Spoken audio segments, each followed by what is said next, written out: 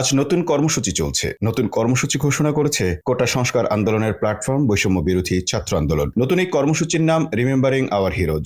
সব শ্রেণী পেশার মানুষকে আজ বৃহস্পতিবার অনলাইন ও অফলাইনে এই কর্মসূচি পালনের আহ্বান জানানো হয়েছে। গতকাল বুধবার 31 জুলাই সন্ধ্যায় বৈষম্য বিরোধী ছাত্র আন্দোলনের পক্ষ থেকে প্ল্যাটফর্মের অন্যতম সমন্বয়ক রিফাত রশিদ এই কর্মসূচি ঘোষণা করেন। পরে গণমাধ্যমে এক সংবাদ বিজ্ঞপ্তি পাঠানো হয়।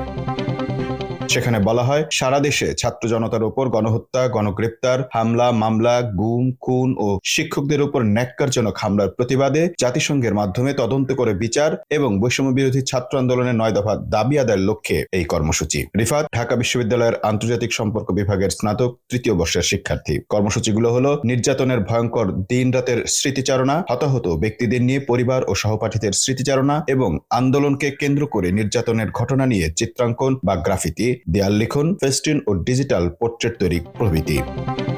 নিহত ব্যক্তিদের স্মরণে এ ধরনের যে কোনো কন্টেন্ট বা লেখা দুটি হ্যাশট্যাগ ব্যবহার করে অনলাইন ও অফলাইনে প্রচার করার আহ্বান জানানো হয়েছে। শিক্ষক, শিক্ষার্থী, অভিভাবক, বুদ্ধিজীবী, পেশাজীবী, শ্রমজীবী, ব্যবসায়ী সহ সব শ্রেণী পেশার মানুষকে এই কর্মসূচি পালনে সর্বাত্মক অংশ নিতে বিশেষ অনুরোধ জানিয়েছে বৈষম্য বিরোধী ছাত্র আন্দোলন। কোটা সংস্কার আন্দোলন ঘিরে হত্যা, গণগ্রেপ্তার, হামলা, মামলা ও গুমের প্রতিবাদে গতকাল বুধবার সারা দেশে মার্চ ফর জাস্টিস কর্মসূচি পালন করেছে বৈষম্য বিরোধী ছাত্র আন্দোলন। Mamun Mahfuz, time news desk.